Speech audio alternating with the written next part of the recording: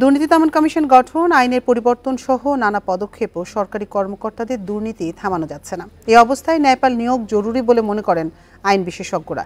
এটি বাস্তবায়ন হলে তথ্য পাওয়ার সাথে সাথেই লিখিত অভিযোগ দায়েরের আগেই ব্যবস্থা নেওয়া শুরু করা যাবে। এর পাশাপাশি সরকারি চাকরির বিধিমালা কঠোর করার পরামর্শ অনেকের। মাস দুয়েক ধরে সাবেক আইজিপি বেনজির আহমেদের সম্পদ নিয়ে তোলপাড় দেশ জুড়ে। এরপর আরও কয়েকজন পুলিশ কর্মকর্তার সম্পদ নিয়েও প্রশ্ন ওঠে। কোরবানির ঈদের আগে এনবিআরের সাবেক কর্মকর্তা মতিউর রহমানের অস্বাভাবিক সম্পদ নিয়েও শুরু হয় আলোচনা। সরকারি চাকরির বিধি অনুযায়ী প্রতি 5 বছর পর সম্পদের তথ্য জমা দেওয়ার কথা কর্মকর্তাদের। তবে আয়কর রিটার্নে তথ্য দেয়া হয়েছে বলে বেশিরভাগই দায়িত্ব এড়িয়ে যান। আর এখানেই বড় গলদ দেখছেন আইনজীবীরা।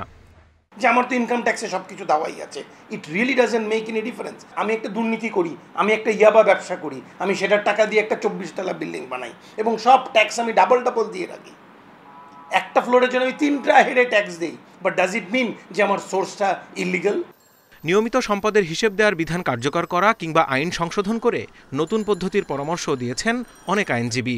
যখন আপনি পিএলআরে যাচ্ছেন, তখন আপনি তো একটা হ্যান্ডসাম অ্যামাউন্ট নিয়ে যাচ্ছেন।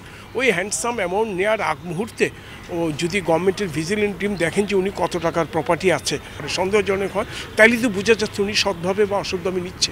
এবং যদি মনে করে অসৎভাবে নিচ্ছে, তাহলে পিএলআর হিসেবে যে টাকাটা পাবে ওই টাকাটা সে আটকে দিতে পারবে। কর্মকর্তাদের দুর্নীতি ঠেকাতে এতদিনেও কোনো কার্যকর ব্যবস্থা না হওয়ায় ক্ষুব্ধ অনেক বিশ্লেষক। এমন বাস্তবতায় ন্যায়পাল নিয়োগের তাগিদ তাদের। তার একদিনের মধ্যে রয়ে গেছে যে কোনো সরকারি প্রতিষ্ঠান যদি কোনো রকমের অনৈতিক কাজ করে, বেআইনি কাজ করে, আইনের লঙ্ঘন করে, তাহলে কিন্তু সেখানে প্রশ্ন করতে পারেন এবং সেটা তার বিবেচনা নিয়ে সেটা তদন্তের ব্যবস্থা করতে পারবেন। দুদক তখনই কাজ করে যখন তার কাছে কোনো একটা তথ্য বা অভিযোগ যায়। ন্যায়পালের কিন্তু ক্ষমতা আরো অনেক বিস্তৃত, অনেক বেশি। তাকে কিছু অপেক্ষা করতে হবে না। 1998 সালে ন্যায়পাল নিয়োগে উদ্যোগ নিয়েছিল তৎকালীন আওয়ামী লীগ সরকার, তবে শেষ পর্যন্ত তার বাস্তবায়ন হয়নি। Zahidul Bashar, independent news, Dhaka.